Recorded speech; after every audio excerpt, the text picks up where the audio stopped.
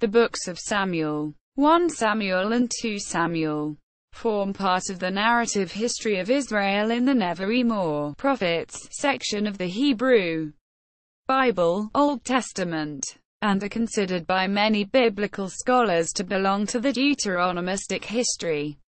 A series of books, Joshua, Judges, Samuel and Kings, which constitute a theological history of the Israelites, are named to explain God's law for Israel under the guidance of the prophets. According to Jewish tradition, the book was written by Samuel, with additions by the prophets Gad and Nathan.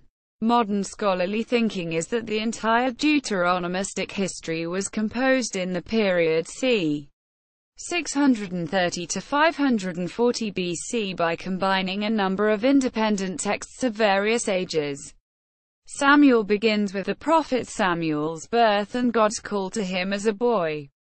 The story of the Ark of the Covenant that follows tells of Israel's oppression by the Philistines, which brought about Samuel's anointing of Saul as Israel's first king.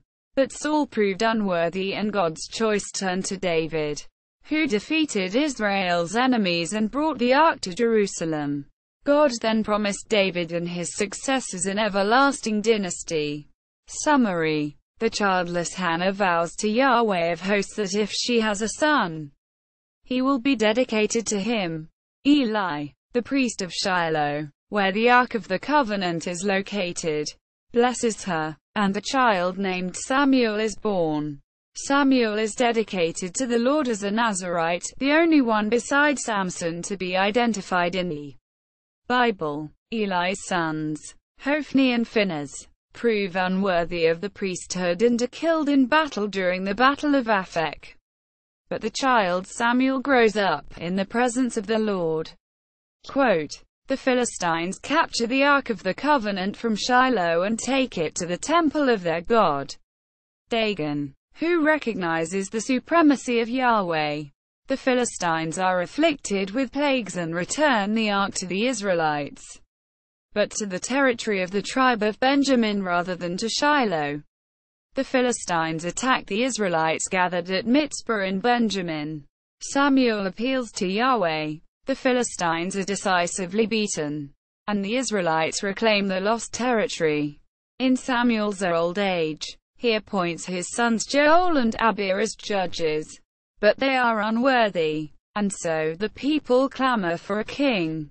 God directs Samuel to grant them a king despite his concerns, and gives them Saul of the tribe of Benjamin. Saul defeats the enemies of the Israelites, but sins against Yahweh. Yahweh tells Samuel to anoint David of Bethlehem as king, and David enters Saul's court as his armor-bearer and harpist. Saul's son and heir Jonathan befriends David and recognizes him as rightful king. Saul plots David's death, but David flees into the wilderness, where he becomes a champion of the Hebrews.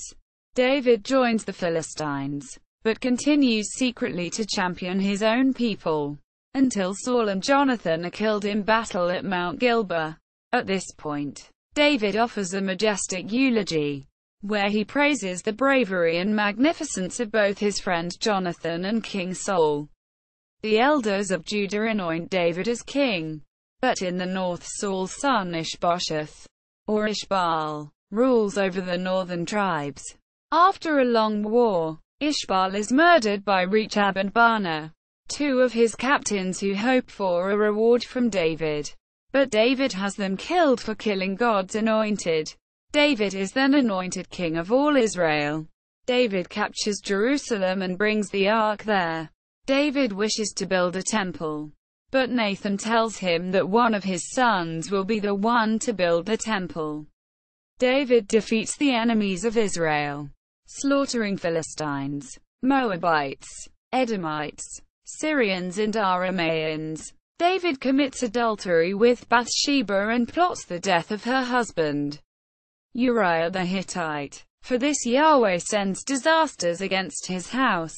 Nathan tells David that the sword shall never depart from his house.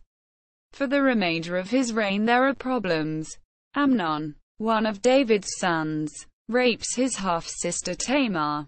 one of David's daughters, Absalom, another son of David, kills Amnon, rebels against his father, and David flees from Jerusalem. Absalom is killed following the Battle of the Wood of Ephraim. David is restored as king, and he returns to his palace. Finally, only two contenders for the succession remain: Adonijah and Bathsheba's son Solomon. The second book of Samuel concludes with 4 chapters, chapters 21 to 24, which lie outside the chronological narrative of Saul and David. The narrative is resumed with the first book of Kings, which relates how, as David lies dying, Bathsheba and Nathan ensure Solomon's elevation to the throne. The 4 supplementary chapters cover a great famine during David's reign, the execution of 7 of Saul's remaining descendants, only Mephibosheth being saved, David's Song of Thanksgiving, which is almost identical to Psalm chapter 18, his last words, a list of David's mighty warriors, an offering made by David using water from the well of Bethlehem, David's sinful census, a plague over Israel which David opted for as preferable to either famine or oppression, and the construction of an altar on land he purchased from Araunah the Jebusite. Composition. Versions. What it is now commonly known as 1 Samuel and 2 Samuel are called by the Vulgate, in imitation of the Septuagint, 1 Kings and 2 Kings respectively. Then, what it is now commonly known as 1 Kings and 2 Kings would be 3 Kings and 4 Kings in Old Bibles. Before the year 1516, such as the Vulgate and the Septuagint respectively. It was in 1517 that use of the division we know now today used by Protestant Bibles and adopted by Catholics began. Some Bibles still preserve the old denomination. For example, Douay Rheims Bible, 1 and 2 Samuel were originally, and, in some Jewish Bibles, still are, a single book, but the first Greek translation, produced around the 2nd century BCE, divided it into 2. This was adopted by the Latin translations used in the early Christian Church of the West, and finally introduced into Jewish Bibles around the early 16th century. The modern Hebrew text, called the Masoretic text, differs considerably from the Greek, and scholars are still working at finding the best solutions to the many problems this presents. Authorship and date of composition. According to passages 14b and 15a of the Bava Basra Tractate of the Talmud, the book was written by Samuel up until 1 Samuel chapter 25, which notes the death of Samuel, and the remainder by the prophets Gad and Nathan. Critical scholars from the 19th century onward have rejected this idea. Martin Noth in 1943 theorized that Samuel was composed by a single author as part of a history of Israel. The Deuteronomistic history, made up of Deuteronomy, Joshua, Judges, Samuel and Kings. Although Noth's belief that the entire history was composed by a single individual has been largely abandoned, his theory in its broad outline has been adopted by most scholars.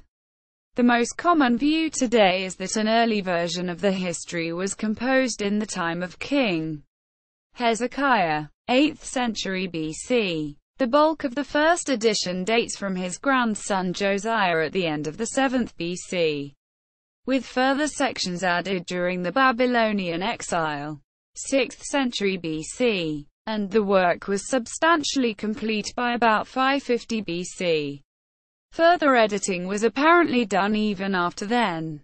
For example, the silver quarter shekel which Saul's servant offers to Samuel in 1 Samuel chapter 9 almost certainly fixes the date of this story in the Persian and Hellenistic periods. The 6th century BC authors and editors responsible for the bulk of the history drew on many earlier sources, including, but not limited to, an arc narrative, 1 Samuel chapter 4, 1 to 7, 1 and perhaps part of 2 Samuel chapter 6, A. Saul cycle. Parts of 1 Samuel 9:11 and 13-14. The history of David's rise.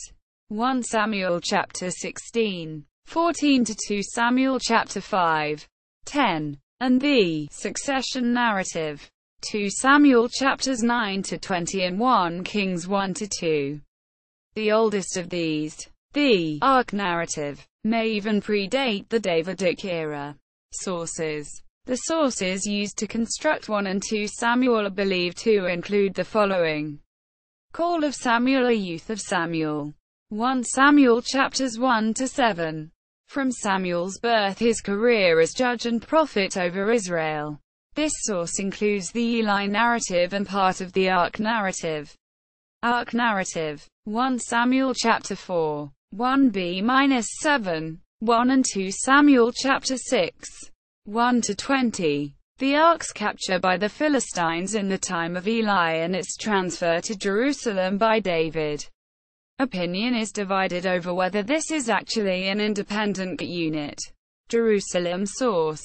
A fairly brief source discussing David conquering Jerusalem from the Jebusites. Republican source. A source with an anti-monarchical bias.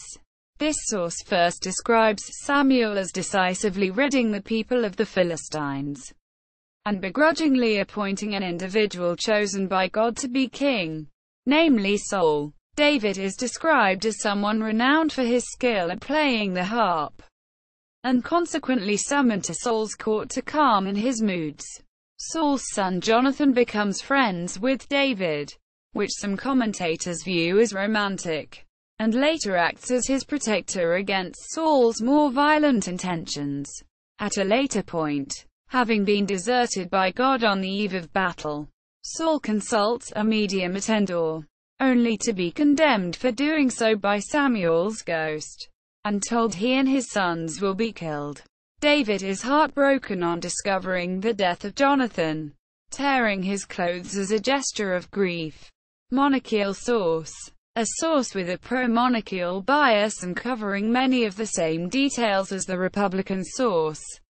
This source begins with the divinely appointed birth of Samuel. It then describes Saul as leading a war against the Ammonites, being chosen by the people to be king, and leading them against the Philistines. David is described as a shepherd boy arriving at the battlefield to aid his brothers, and is overheard by Saul, leading to David challenging Goliath and defeating the Philistines. David's warrior credentials led to women falling in love with him, including Michal, Saul's daughter, who later acts to protect David against Saul. David eventually gains 2 new wives as a result of threatening to raid a village, and Michal is redistributed to another husband. At a later point, David finds himself seeking sanctuary amongst the Philistine army and facing the Israelites as an enemy. David is incensed that anyone should have killed Saul, even as an act of mercy, since Saul was anointed by Samuel, and has the individual responsible, an Amalekite, killed. Court history of David, a succession narrative. 2 Samuel chapters 9-20 and 1 Kings 1-2. A historical novel. In Alberto Sogan's phrase, telling the story of David's reign from his affair with Bathsheba to his death. The theme is of retribution.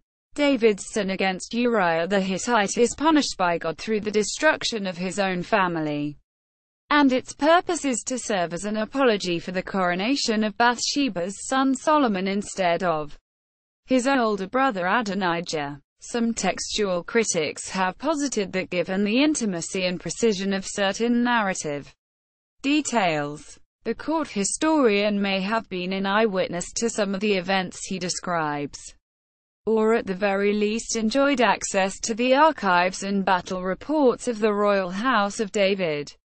Redactions. Additions by the redactor to harmonize the sources together. Many of the uncertain passages may be part of this editing. Several short sources, none of which have much connection to each other, and are fairly independent of the rest of the text. Many are poems or pure lists.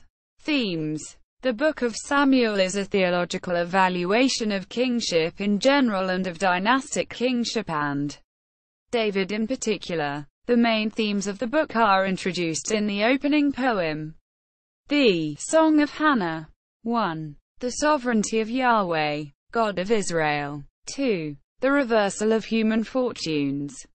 And 3. Kingship. These themes are played out in the stories of the three main characters: Samuel, Saul and David. Samuel. Samuel answers the description of the prophet like Moses predicted in Deuteronomy chapter 18, 15-22. Like Moses, he has direct contact with Yahweh, acts as a judge, and is a perfect leader who never makes mistakes. Samuel's successful defense of the Israelites against their enemies demonstrates that they have no need for a king, who will, moreover, introduce inequality. Yet despite this, the people demand a king. But the king they are given is Yahweh's gift. And Samuel explains that kingship can be a blessing rather than a curse if they remain faithful to their God. On the other hand, total destruction of both king and people will result if they turn to wickedness. Saul. Saul is the chosen one. Tall, handsome and goodly. A king appointed by Yahweh, and anointed by Samuel, Yahweh's prophet. And yet he is ultimately rejected. Saul has two faults which make him unfit for the office of king. He carries out a sacrifice in place of Samuel. 1 Samuel chapter 13, 8-14. And he fails to complete the genocide of the Amalekites as God has ordered. 1 Samuel chapter 15. David. One of the main units within Samuel is the history of David's rise, the purpose of which is to justify David as the legitimate successor to Saul. The narrative stresses that he gained the throne lawfully, always respecting the Lord's anointed, i.e., Saul, and never taking any of his numerous chances to seize the throne by violence. As God's chosen king over Israel, David is also the Son of God. I will be a father to him, and he shall be a son to me. 2 Samuel chapter 7, 14. God enters into an eternal covenant treaty with David and his line, promising divine protection of the dynasty and of Jerusalem through all time. 2 Samuel chapter 23 contains a prophetic statement described as the last words of David. Verses 1-7, and details of the 37 mighty men, who were David's chief warriors. Verses 8-38. The Jerusalem Bible states that last words were attributed to David in the style of Jacob. See Jacob's blessing, Genesis chapter 49, and Moses. See blessing of Moses, Deuteronomy chapter 33. Its editors note that the text has suffered considerably and reconstructions are conjectural. 1 Kings 2, 1-9 contains David's final words to Solomon, his son and successor as king. See also Biblical Judges, Midrash Shmuel, Agada, the Bible and History, History of Ancient Israel and Judah, Kingdom of Israel, Samaria, Kingdom of Judah. Notes. Bibliography. Translations of 1 and 2 Samuel. Samuel chapter 1 and 2 at Bible Gateway. Commentaries on Samuel. General. Masoretic text. Samuel A. Mikreo Gedolat Hakata. Online edition. Menahem Cohen. Bar Ilan University. Hebrew. Samuel B. Mikreo Gedolat Hakata. Online edition. Menahem Cohen. Bar Ilan University. Hebrew. Shmuel Aleph. Samuel A. Hebrew, English at Mechon Mamre. Org. Shmuel Bet. Samuel B. Hebrew, English at Mechon Mamre. Org. Jewish translations. 1 Samuel at Mechon Mamre. Jewish Publication Society translation. 2 Samuel at Mechon Mamre. Jewish Publication Society translation. Christian translations. Bible. 1 Samuel public domain audiobook at LibriVox. Bible. 2 Samuel public domain audiobook at LibriVox. Related articles. Introduction to the Book of 1 Samuel from the NIV Study Bible. Introduction to the Book of 2 Samuel from the NIV Study Bible. Introduction to the Book of 2 Samuel from Forward Movement. 1 Samuel at BibleStudyTools.com. 2 Samuel at BibleStudyTools.com.